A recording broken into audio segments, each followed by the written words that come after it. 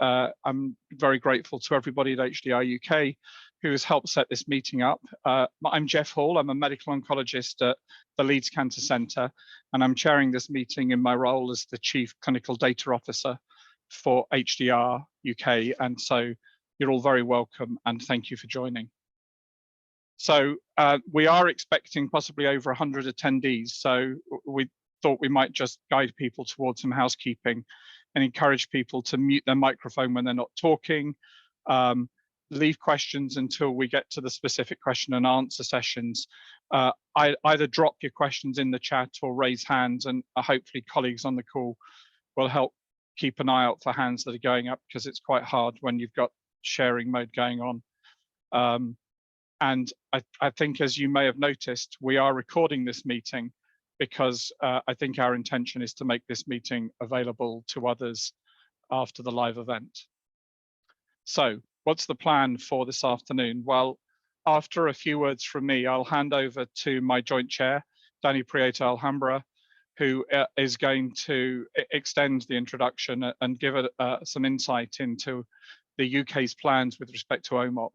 And then we've got 4 dedicated speakers, well, 5 talks from perhaps 5 speakers about active research projects that have been underway with the use of OMOP, and how OMOP has hopefully facilitated those projects to happen. So I'm very pleased that they've all been able to join us. And then after that, we've got a dedicated half hour from 3 o'clock to take questions and have a broader discussion about how we can do this more broadly. So OMOP, Odyssey, what are we talking about? So OMOP is a common data model that has been generated by Odyssey, a collaborative international group, the Observational Health Science, Data Science and Informatics Group. And they have, over the last many years, developed a structure of data known as OMOP, with, on the right-hand side of this slide, the data tables and key elements that form the data model. And what this allows is data to be transformed from any source system, so the electronic health records that we all use in our own healthcare setting, into a common form that allows centers to come together for collaborative research. Now, when we first heard about OMOP at the Leeds Cancer Centre some years ago, we actually decided not to move forward with it because it didn't really seem to handle the language of cancer very well. But what I've begun to understand is that it's very much a work in progress. And when the international community notices a weakness in the data model, they extend the data model. So an oncology extension has been developed. And now the oncology extension is quite capable of handling quite detailed and complex cancer studies within that. So this is the classic description of OMOP, that OMOP is like the power adapter that we all take on holiday with us. So we can plug our device into an adapter, which we can then just plug into this generic socket in the wall. So we OMOP our data, and then what that allows is this standardized analytics to be run against it. So there are, for those of you who are perhaps less experienced with this, some amazing resources online, and I'd encourage people to explore the Odyssey website and the tools they offer. And a particular tool that I'd encourage people to spend a little time browsing through is the Athena tool, which is a web-based browser which tries to bring together healthcare concepts into the common language of OMOP. So here is a condition very close to my clinical heart, ovarian cancer. And these are the codes that OMOP is quite capable of uniting into a single concept, where OMOP will unite ovarian cancer in whatever form it's collected, in ICD-9, ICD-10, SNOMED, whatever code it is, and bring it into a single standard OMOP concept. That's not just diagnoses, that's every healthcare data item almost, it seems. And so when I'm looking to see what the surgical procedures my patients undergo, I can use this same tool to find the total abdominal hysterectomy and bilateral sampling oophorectomy that I have, which of course, once again, we all code internationally under a myriad of systems, but OMOP brings that together under a single code. And what's lovely to see is these very familiar coding systems, SNOMED, and I have to confess, only last week did I discover that the NHS's OPCS procedure codes are all converted into Odyssey terms. So there are mechanisms to convert standard NHS data items into OMOP, which allows the NHS to communicate with each other, but also the NHS to communicate with other systems. So then a little bit about EHDEN, which is another group that we got involved with in Leeds. So EHDEN is the European Health Data Evidence Network, and they led a European consortium led from Erasmus in the Netherlands. And they have been leading the worldwide adoption of OMOP, particularly the European adoption. Odyssey have now got a very significant volume of records converted into the OMOP form, and they've done some absolutely mind-blowing work on the use of OMOP as a data model. And I have to say, the definitive source for some of my understanding of this has been YouTube, which they have demonstrated some absolutely fabulous uses of OMOP and the very large scale projects that can be supported using that data model. Now, what EHDEN were able to do was they were able to fund European centers to adopt the OMOP, and that's happened across Europe. So the depth of blue is the number of centers in each country that have been awarded funding from EHDEN. And you'll notice that the UK is in a strong position here. So we're the third most commonly funded European country. And here on the next slide are the centers and the projects that have been funded within the EHDEN funding pool. Now, what's fantastic is in the last round, Health Data Research UK were able to add some additional funding to EHDEN to enable them to extend their financial support to more UK centres. So the blue ones highlighted here are the centres that were funded in this last round. And here now are the 22 UK centres who've received EHDEN funding, which adds to some other centres, and we've got people talking from some of these centres today. That adds to, at one level, there's no requirement to have added EHDEN money, but clearly some funding enabled places like Leeds to fund the work to convert some of our data to OMOP. So this is a growing group of individuals who have expertise and interest in using OMOP. We're actually currently performing a survey. We're reaching out to HDR UK partners, and we're working with NHS England's Data for R&D programme. And we want to really understand how OMOP is being adopted and work out how we, HDR UK and also NHS Data for R&D can support the adoption. And there's a QR code here that we will circulate to everybody on the call. But this gives the people an opportunity to partake in this survey. We have some preliminary numbers coming back showing that there's an interest coming in from the NHS, from universities, from commercial centres. We've got both data users and data custodians, and we've got an absolute equal split of people who have done OMOP conversions and people who haven't. And then we have a broad range of user types, with the commonest people being the secondary and tertiary care, but there are both biobanks, registries, and research cohorts that have also been converted. So that's a very brief introduction to OMOP from one of the less experienced voices that you're going to hear from this afternoon. And therefore, I'm delighted to pass over to Danny, my co-chair for this afternoon, who is going to take the conversation forward. Thank you so much, Geoff. So while I upload my slides, I'll briefly introduce myself. I'm probably one of the less familiar faces for most of you, but although I wear many hats, when I'm wearing the OMOP hat, I played a role in EHDEN. I was the research coordinator. I am the research coordinator for EHDEN, where we're doing loads of research. I'm also the OHDSI UK lead for now. This is something, a new venture we started where I'm really keen to involve new colleagues. And I am the Deputy Director for an EMA-funded big initiative for regulatory research called Darwin EU, which I will not discuss now, but I'm very happy to discuss later during the Q&A. So I'll talk very quickly for 10 minutes about, as a kind of introduction, about local data and global evidence and how federated learning happens in the EHDEN and OHDSI networks using OMOP. These are the three topics I will cover. First, how using this federated learning approach and using OMOP makes collaboration the new competition. Then I will talk about preparedness, how having data already mapped to OMOP helped us hack COVID-19 at the beginning of the pandemic, but also later. And then finally, I will talk on how we are transitioning nowadays from EHDEN and the end of EHDEN, which is early next year, to OHDSI UK.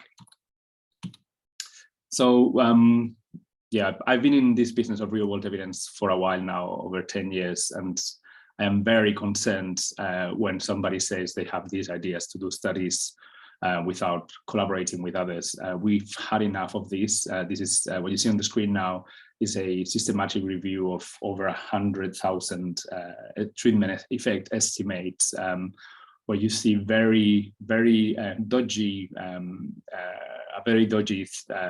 trends with loads of estimates being reported immediately below the threshold for a p-value below 0.05, so significance. And this is very good evidence, the best evidence I've seen of p-hacking. And the only reason this happens is that people are not collaborating with others who are sensible enough to tell them not to do that. So collaboration, I think it's very clear in the UK and everywhere that nobody has enough data or as much data as we need. We don't have all the registries, all the EMRs, all the genomics data, and we don't have all the expertise either. I don't know any team in any country that has expertise in epidemiology, biostatistics, clinical knowledge, data sciences, informatics, genetics, and all that knowledge.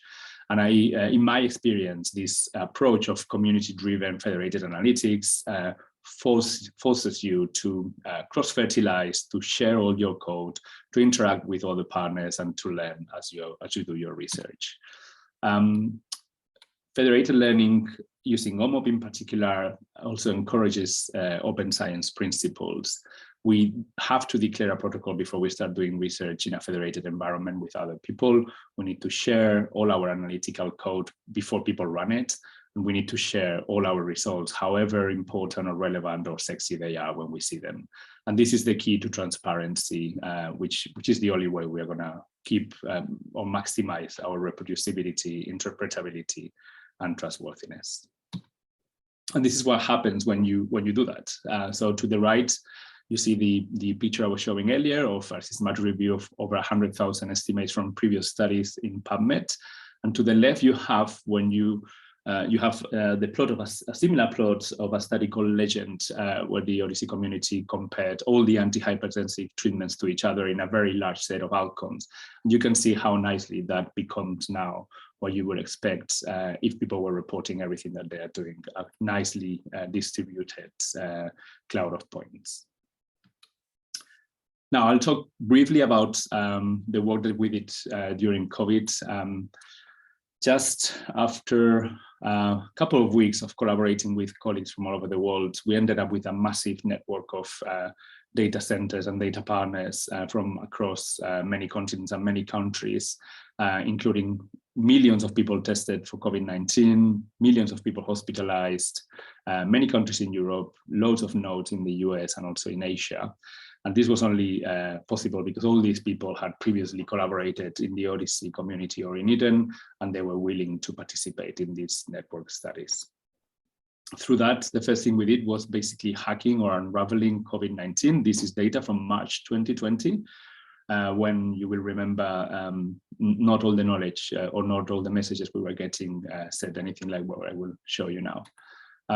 So we did indeed, as I mentioned, write a protocol, share our protocol in a public repository, share all our definitions, all our code, all our analytical code, share all our results in a meta-archive preprint.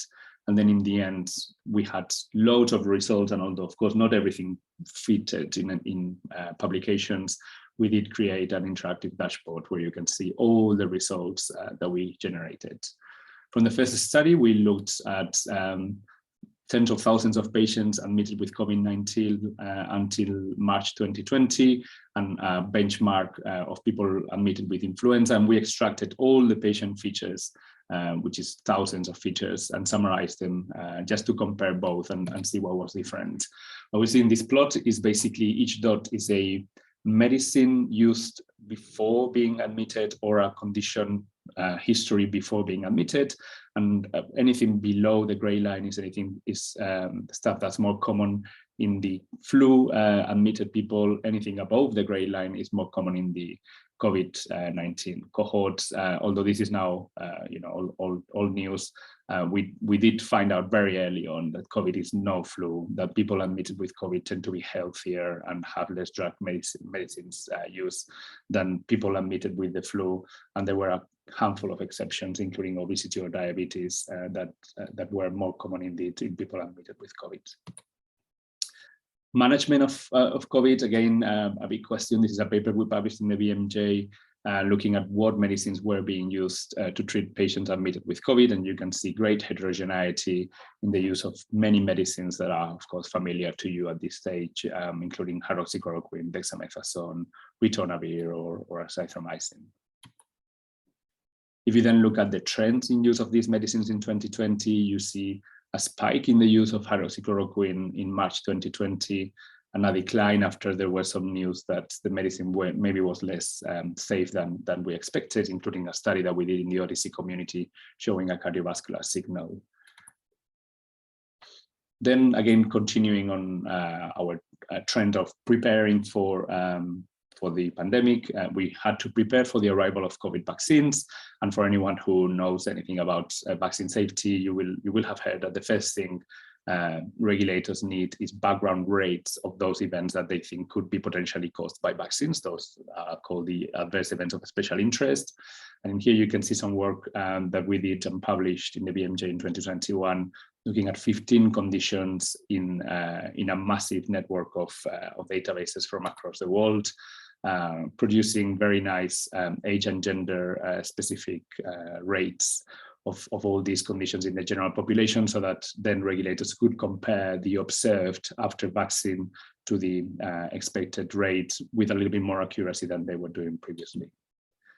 And then again, leveraging to the maximum our ability to run these studies, we did many other studies that published in the BMJ, in many other high impact journals, looking at the safety of vaccines once we have data on people vaccinated. This is just an example of a bit of work looking at neuroimmune conditions and how COVID-19 causes these conditions as much, if not more, than the vaccines do. And then finally, to conclude, I will tell you a little bit how we are transitioning from EHDEN UK, a European project where there was lots of funding for colleagues across all Europe, including the UK, to map the data to the OMOP Common Data Model, but also for companies to get trained and certified to help in the process, and which, as Geoff said, has ended in a massive network of health records harmonized to OMOP, to this open science environment with OHDSI, where there are tons of colleagues from all over the world who have mapped the data to OMOP and are willing to collaborate with you if you want to lead a study. And I think Erica's presentation next will be a great demonstration of this. Just to mention very briefly that we do have now in the UK a national node or a national chapter, where we have a total of 25 partners. We have been supported and endorsed by HDR UK, NICE, and we have colleagues from all over the country, and I'm really looking forward to meeting some of you face to face in the coming few weeks. I will finish there and introduce, if I may, the next speaker. I'm delighted to introduce Erica Boss. Erica is a colleague who has been in the OHDSI community for a very long time, who has done amazing work, and he's going to be talking to you about I think the largest study anybody has ever done in real world evidence to date. Thank you, Danny, for that nice introduction. Yes, so my name is Erica Voss. I work at Janssen Research and Development. I'm also a PhD student at Erasmus MC in the Netherlands.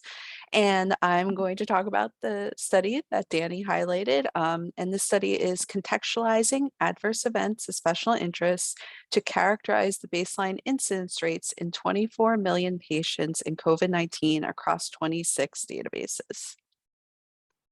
So as Danny already highlighted, at the beginning of the pandemic, regulatory bodies stated that when the vaccines come out, we're going to need to study certain adverse events that we typically see after vaccines hit the market.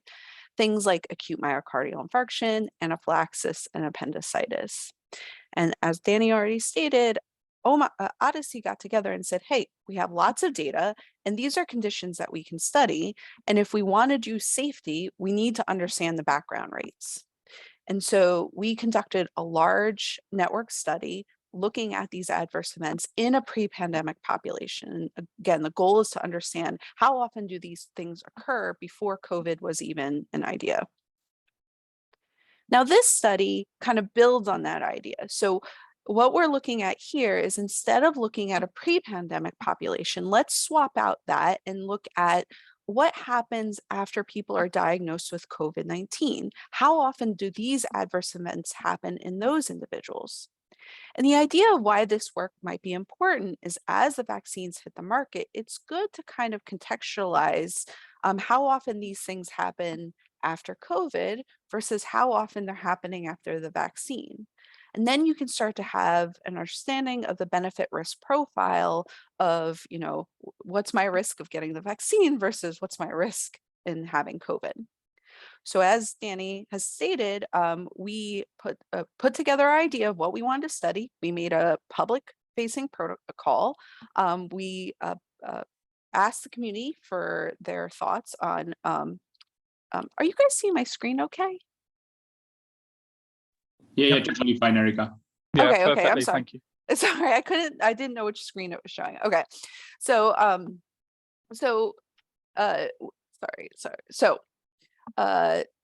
then, sorry, I lost my train of thought. Oh, how embarrassing. So we decided we need to study these adverse events in COVID-19, and they're important. We have our public facing protocol. We allowed for people to offer feedback. And what does that protocol talk about? So we obviously need to swap out our target population. So we added in a COVID-19 population, and luckily Odyssey had been doing lots of work with COVID-19. So we already had a phenotype that we could leverage. And this phenotype looked for individuals who either were diagnosed with COVID-19 or had a positive test. We also included the original pre-pandemic population because we were hoping to get a lot more data sets to participate in the study. And we wanted to be able to also calculate that background incidence rate in those new databases. Now, our outcomes of interest were those ASIs that we've already talked about. And in the previous work from Jintong's paper, we learned that stratification by age and sex is important. And so we continued that forward here. We looked at many time risks, but we focused in on a 90-day time to risk, and what we were producing were counts, incidence rates, and incidence proportions of outcomes. Now, we use the tools that are available within Odyssey. So, for example, we used a tool called Atlas to build our target cohort definitions. So here I'm showing you a screenshot of an Atlas instance of the pre-pandemic population and essentially how we're finding those individuals. In this case, we're looking for individuals who are in the database at certain points of time. Our other target population, the COVID-19 population, was built in Atlas as well. And what's wonderful is that we were able to leverage all the work that had gone on in the community to understand COVID-19 and how it was manifesting within the data. Now, as the study kind of kicked off, the vaccines had already hit the market, and another adverse event of special interest cropped up, and that was thrombocytopenia. Again, the community was very interested in understanding this, and so a phenotype had already been made, and all we had to do was pull that into our study as well. Now, we created code that's available on GitHub, and we were able to share that with any data partner that wanted to participate. And so there were 26 data partners that responded to the call, and they represented 11 different countries. Now, for myself personally, countries like Estonia, Serbia, and Turkey were new for me to do research in. So I was very excited to be able to add those to my list of countries. Now, with 26 databases, it would be a little boring for me to go through and list them. So I've grouped them up so I can give you some themes of what the databases are. So we have a bunch of administrative claims databases. So these are usually insurance-based. And when I think of administrative claims, I think of like IBM Market Scan, which is very popular within the US, representing the commercial claims, Medicare, and Medicaid. We also had general practitioner data. And when I think of this data, I am thinking of outpatient-centric databases, things like CPRD. We also had electronic health records. And when I think of these databases, I'm thinking of either a mix of outpatient and inpatient data or just inpatient data. So for example, something like Columbia University Irving Medical Center, that would be what I'd classify as an EHR. And then finally, I'm hoping some of you guys are aware of this data source. There was the UK Biobank, which I think is its own unique data set, and that kind of combines health electronic health records with registry data. Now, if we assume these 26 databases are fairly mutually exclusive, if we were to count up all our COVID-19 subjects and all our pre-pandemic population, we would have over 23 million individuals with COVID-19 and almost 493 million folks in our pre-pandemic population. So we have a large pool of information to look at these adverse events. So one of the things that we did was we produced these pooled estimated age and sex stratified incidence rates per 100,000 person years. And what you're looking here on the screen is those incidence rates produced in the pre-pandemic population. And down our left-hand side here, we see all the ASIs of interest. They're stratified by gender. And then across the top, we have our age ranges. One of the things that we do in this slide, which is nice, is we apply a classification to it and color code it. So the color codes go from conditions that are considered very rare, rare, uncommon, common, very common. So you can see in our pre-pandemic population, these adverse events of special interest generally range from very rare to rare, and in some cases crop up into uncommon and common. You can see that age sex stratification is important, particularly in conditions like acute myocardial infarction. Acute myocardial infarction is something that happens rare in younger individuals, and as you creep up in the ages, it becomes uncommon and common. And you even see some differences within gender. So remember this slide, and let's look at what happens when we go to the COVID-19 population.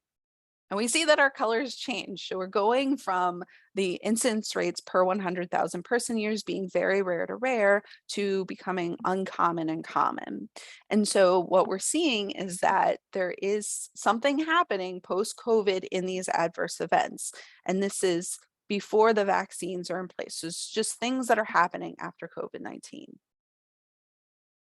We also wanted to do a little bit of a comparison to understand and kind of simplify our messaging around what we see is happening. So we produced standardized incidence ratios and performed a meta-analysis across all our databases. And for example, what we found is that generally all these adverse events seem to be happening more often in the COVID population versus the pre-pandemic population. For example, if I look at pulmonary embolism here, what we're seeing is that a pulmonary embolism is happening about 12 times more in the COVID-19 population when compared to the pre-pandemic population. And we can see that there's definitely a bunch of these ASIs that are happening at an increased rate when compared to the pre-pandemic population. So to our knowledge, this is the largest study to date on descriptive epidemiology of ASIs among COVID-19. It is also currently the largest study that OHDSI has conducted. I didn't show you today, but in the paper, we discussed that we found considerable heterogeneity in the incidence rates in COVID-19 by geographic areas, as well as across the databases. And the paper goes into detail about that. We did look at the considerable variability with age and some sex groups, and we saw that on those colored charts. Thrombotic events such as AMI, strokes, DVT, and pulmonary embolism were more frequent compared to other ASIs and were common to uncommon in older COVID-19 subjects.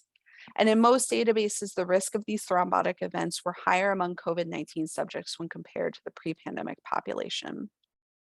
So this was not just work by myself. There were 60 co-authors, lots of databases, lots of participants. And thank you so much for allowing me to present this today, but also I know there's some of my co-authors are on the phone. So thank you so much for helping me with this work. And I think I'm passing it to John next. Well, first of all, Erica, thank you so much. I'm both wowed and intimidated by a study with 438 million participants that was developed, delivered, and published within the time frame you did. So that's fantastic work, and thank you so much for sharing it with us. I know that there's been talk about the publication that sits behind that, and I wonder if you'd be willing to drop a reference to that in the chat on this call, so people can follow that. So let's move on from Erica and to two colleagues who I know well in the Yorkshire region and who are sitting just to the west of me in Bradford rather than in Leeds. So can we move to John and Kuldeep to talk and present their work? Are you able to share your own slides, guys? Yeah, I'm sharing now. If I can remember which one it is. So Kuldeep's going to take over from now. Right. Hi everyone. So we're John and Kuldeep, and Kuldeep and John, shall I say, from the Bradford Institute for Health Research, which is based at Bradford Hospitals.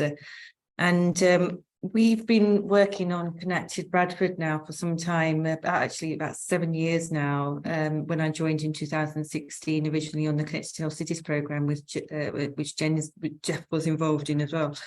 And at the time, I was asked to develop by my boss, Professor John Wright, a linked database for the Bradford population that could be used for secondary use analysis and research purposes. That's hosted by Bradford Hospitals, and hence the inception of Connected Bradford. So Connected Bradford, it has all the data sharing agreements, it has all the ethics, it has all the approvals in place to enable us to have a linked database for our population of Bradford. It is a pseudonymized population, so we're not able to actually identify anyone from that database, but it can be used for multiple purposes. What's interesting is that whilst the data sharing agreements did take some time to put together, the actual raw administrative data has been a huge challenge. And that's one that we're still working on as we speak. But that's been John's work since he joined as well in 2016. So I'm going to just take you over to John, then he can discuss his process with you. Morning, everybody. Can you hear me? I'm just going to skip this file because it's not very interesting and it's also out of date. But it does give a bit of a flavour of the kind of data sets we've got within our organisation. We took a decision to use OMOP because we've got a lot of different data sources. I'm basically repeating what's on screen, so you'll hear me and read it at the same time. We've got lots of different data sources, lots of different organisations, but they were all joined by this common link. And it was very difficult to join the data. So we needed a way of being able to bring it all together and standardise it somehow. So we looked at the OHDSI model and thought, actually, that seems to be what we need to be doing. We have a number of data sets which were available, but the main one, the jewel in our crown, was the primary care data. This is GP data from the whole of Bradford and Airedale. That was 87 practices with a population of around 600 to 700,000 people. We also had secondary care data sets. These were downloads from the primary Bradford Royal Infirmary. These were actual SUS data downloads. And the other advantage we saw when we were looking at the OHDSI model is that they used coding. either CTV3 or ICD-10 or other coding structures. So in terms of modeling them to OMOP, we thought actually that would work really well. So we set off down this route about 3 years ago now. One of the things we realized is, what was this vocabulary thing? Getting our heads around the whole idea of the vocab and the concepts was very difficult at first, but once we got our head around that, we could see that actually this would give some real advantage in terms of coordinate. Our other challenges were our infrastructure challenges. We are on the Bradford Royal Infirmary Trust network. We've got a SQL Server environment, and it's not very fast. So when you were doing anything, any big analysis, any joining, any ETL, everything takes a long time. The other issue we had, and it's this one where I don't know if you can see my mouse wobbling here, was data collisions. When you're pushing data from different sources into a CDM, you need a unique row identifier. And if you're going to use that from your data, you're going to get a collision. So we had a little bit of work doing avoiding data collisions. We had also some issues with mapping codes. We had codes that were non-SNOMED, non-concept types, and where to find some mapping on those.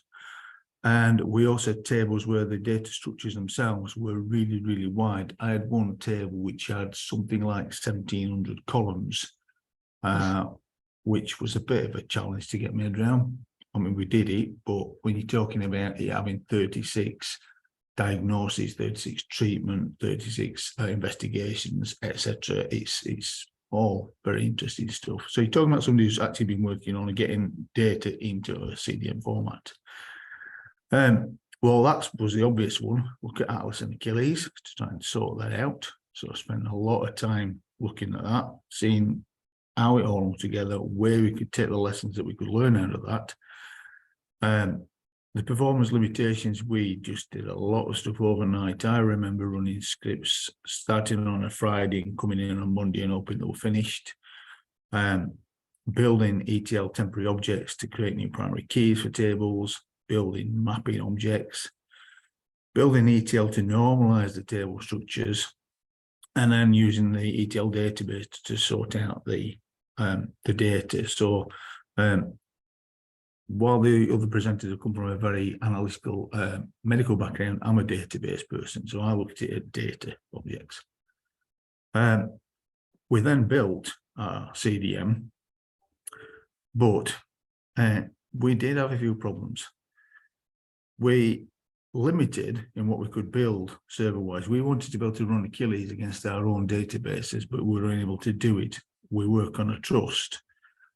We can't just install infrastructure much as I'd like to. So we were unable to do a lot of the testing and use of these databases.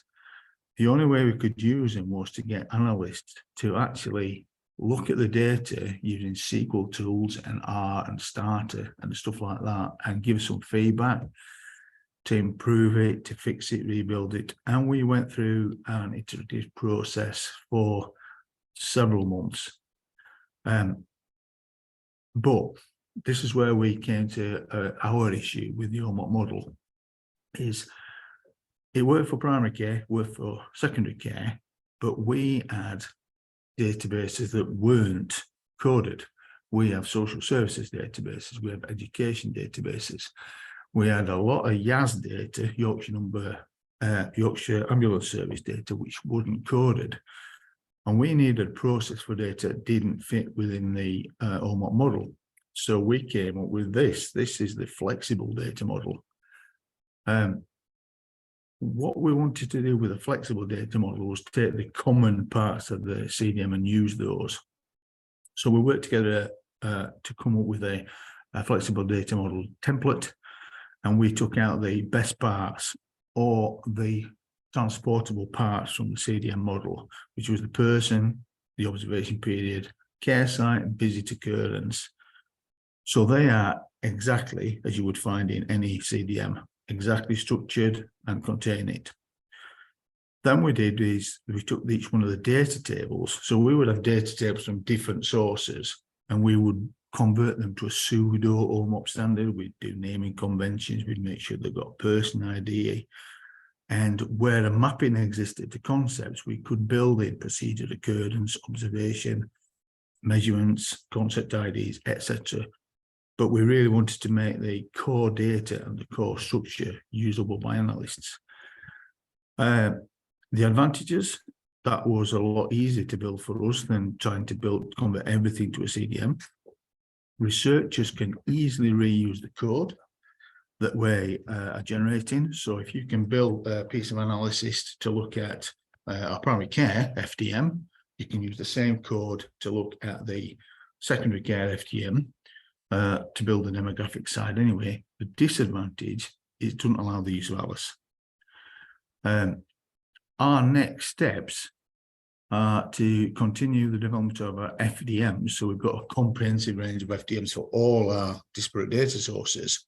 And then what we're realizing now is because we've done all this work and we've done a lot of, we've had 3 years of learning on how this all is together, we can use the FDMs as a source for new CDMs.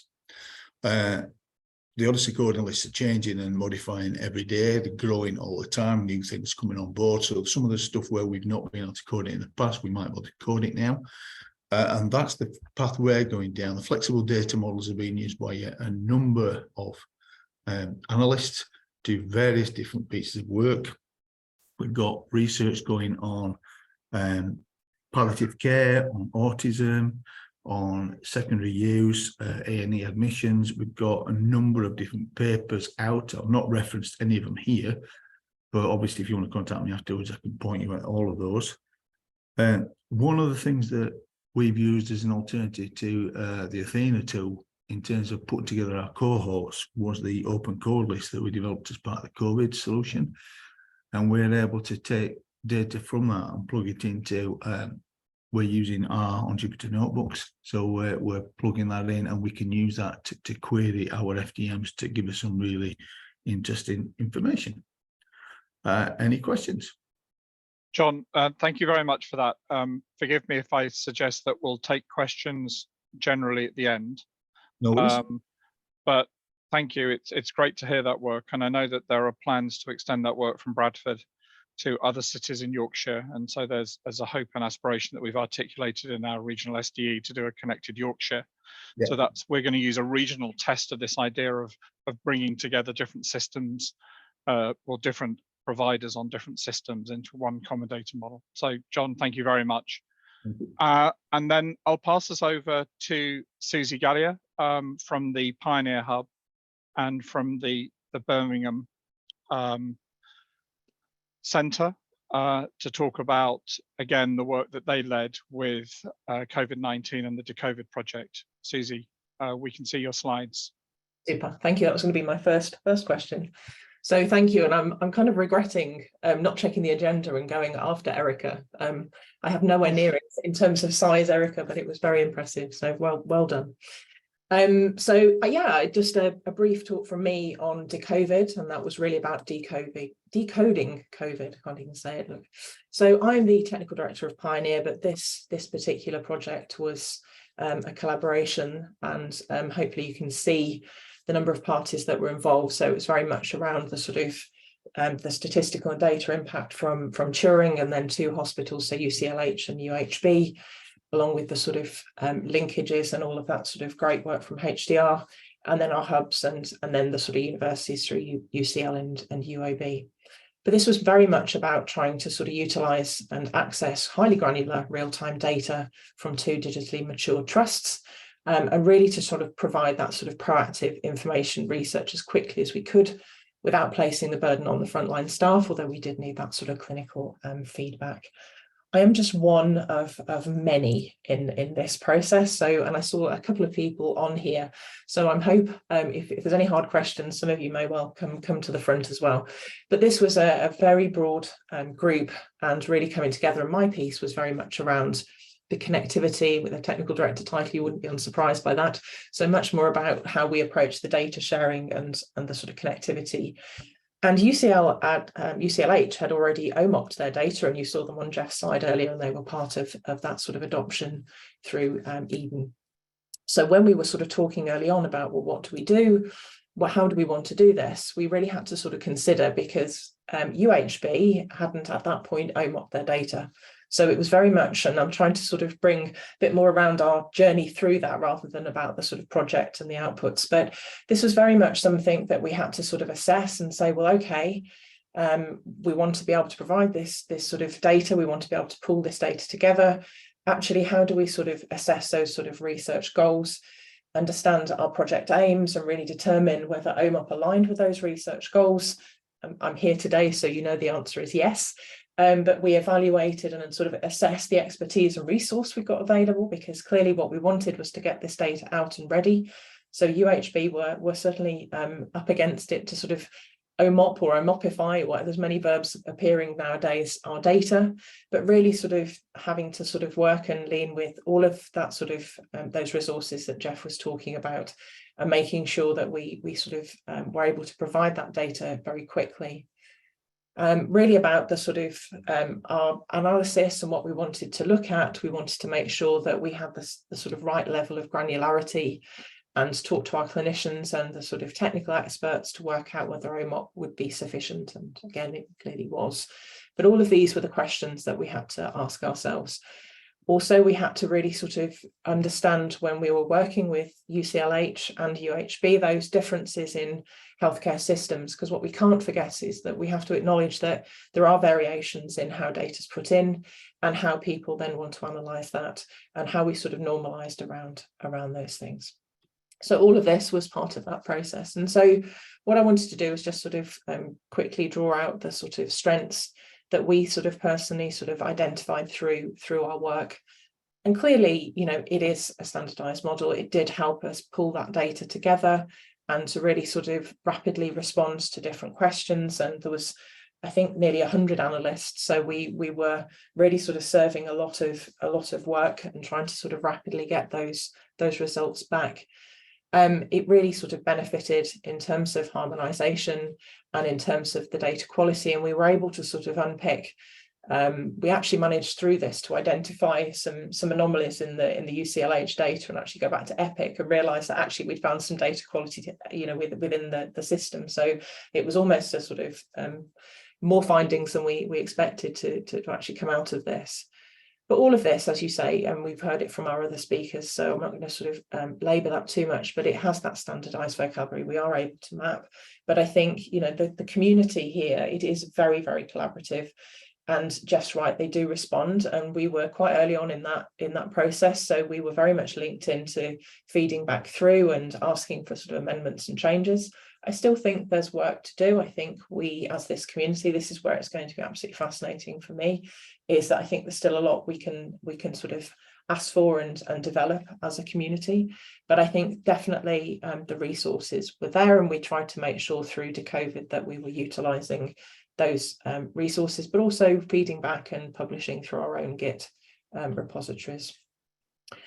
I didn't want to put weaknesses, because I thought this is the wrong word in this particular group, but there are some challenges, and it wasn't always necessarily an easy road. But actually, you know, the sort of end result was what we wanted. So, but it isn't always easy to transform. You know, as I say, we do need to work together.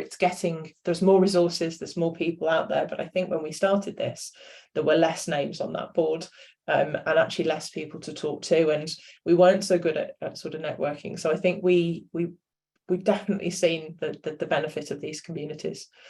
There is some loss of granularity, and I think we have to acknowledge that, but equally it's always that weighing up in when we do this sort of research around.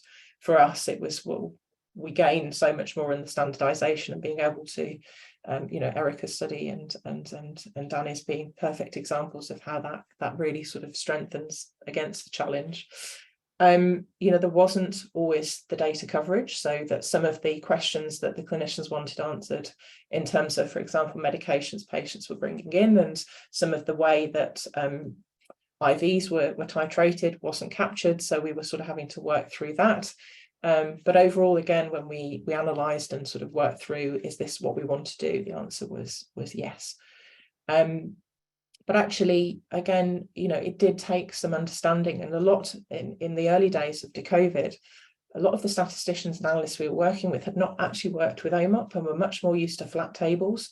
And so actually there was quite a lot of learning for them in how they actually approach this. So I think we shouldn't sort of underestimate that. So quite a sort of short summary, but I think, you know, for me, you know, we do see that standardization and harmonization, and it does make it research ready, and we can see just some great case studies coming through here. It does have those limitations, and I think that's where this group will be really helpful. And I think, you know, the challenges are becoming less with these communities. But as I say, we did find that some of our analysts were not used to it. So, and we have got both OMOP and other data available through Pioneer, and we are finding that still overall the sort of majority, it's not yet going more to OMOP. So, you know, I think there is still a sort of pivot there that we're not seeing everyone wanting data OMOP, but clearly it has those benefits for the large scale. And I think that's pretty much where I'd want to draw it to a close, but very interested to hear how everything plays out today.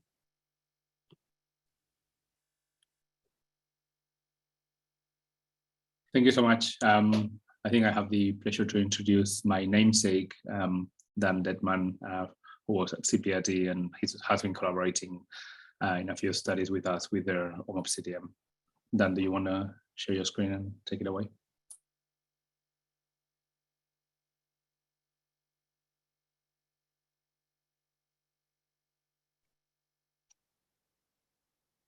We can't hear you, unfortunately, Dan. I think you're muted. So that might be an easy fix.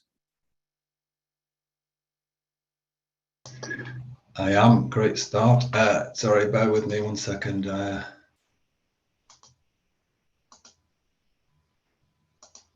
Okay, can you see that? Yes, very well. And we can hear you very well as well, Dan. Great. Thank you. Okay, so thanks for inviting me today. I'm Dan Dedman. I'm a senior researcher at CPRD, and today I want to cover very briefly a bit of background on CPRD, what we are and why we chose to adopt the OMOP Common Data Model for our data, describe a bit about our journey so far, and explain a bit about why we think this special interest group is going to be really important. So the Clinical Practice Research Data Link, or CPRD, is part of the Medicines and Healthcare Product Regulatory Agency, and the CPRD group operates as a not-for-profit research service, which is based on access to 2 different databases of primary care electronic health records, which we link to a number of other data sets. I think that the key characteristics here are that it's quite collectively a large resource. So we've got 60 million individuals in the 2 databases, and roughly 16 million of those are currently registered, which sort of equates to roughly 1 in 4 of the UK general practices currently contributing data. And the second point is that it's very widely used, and it has been used for over 30 years to do pharmacoepidemiology and observational research. It's used by pharma industry, by academic researchers, and by regulators. And there's, I think, well over 3,000 peer-reviewed publications by now, and we're up to something like 300 approved studies running each year.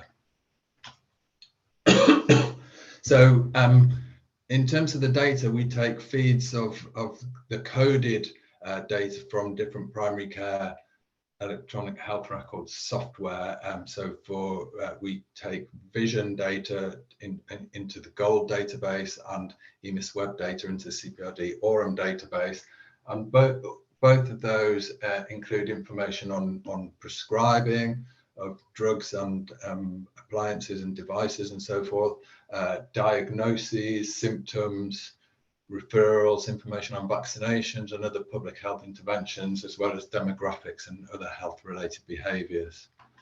And as I said,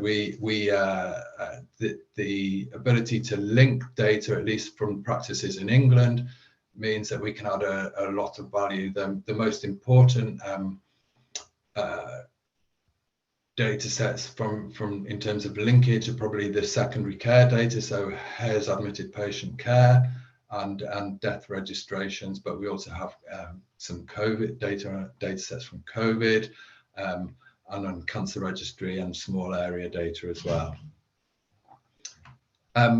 So I think by now the previous talks you'll have quite clearly demonstrated some of the advantages, and I would sort of reiterate those and call out, I suppose, in particular that the first one, the reproducible analytics. You know, if you have it's hard to overstate the importance of that, especially when you've got a database of 40 million people. The effort that's gone into developing the analytics around this data is immense, and the tools are really fantastic for us. You know, to be able to quickly visualize huge amounts of data is really invaluable. But all of these things are about reducing barriers to doing observational research and you know, using the points I've raised here. Really encourage the wider use of CPRD data for public health research, and that's one of our that's really our central remit. Okay, just there's a lot of detail on this slide. We started our OMOP journey, if you like, with ORAM and the linked HERS secondary care hospital admission data, which are, as I said, our two most important databases.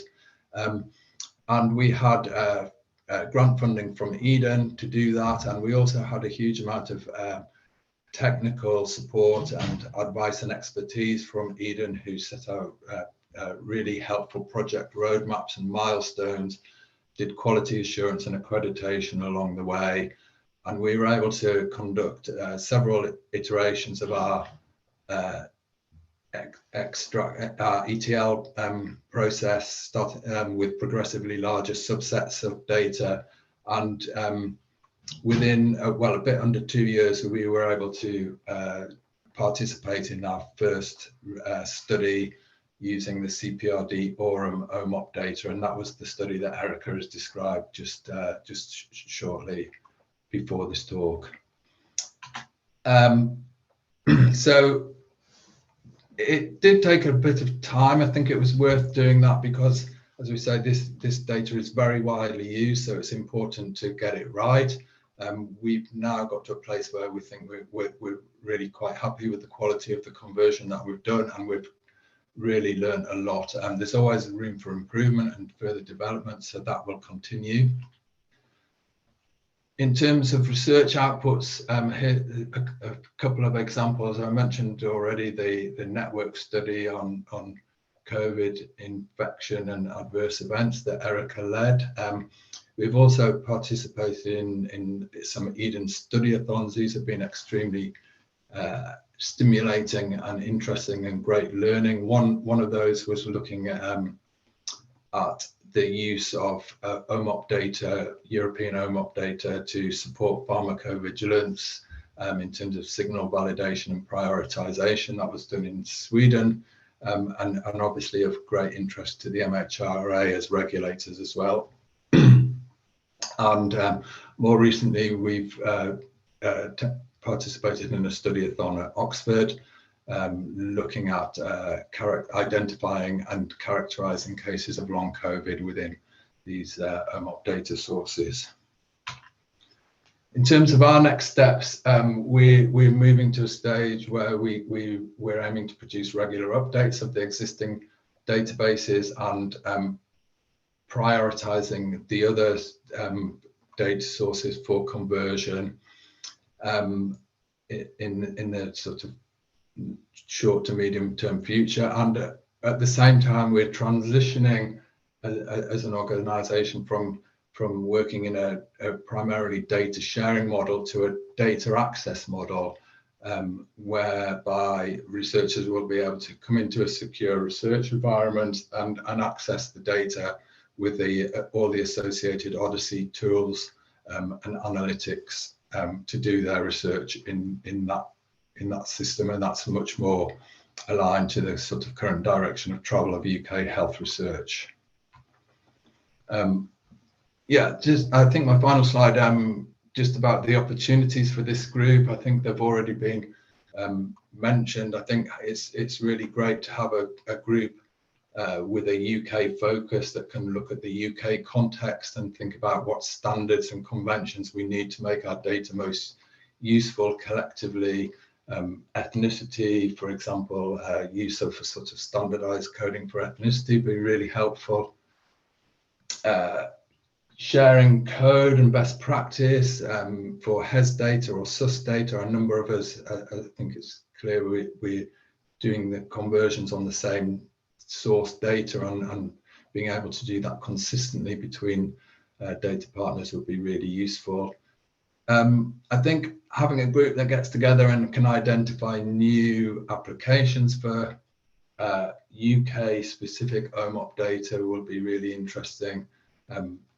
There's a lot of interest from regulators at the minute, so that's one example of that.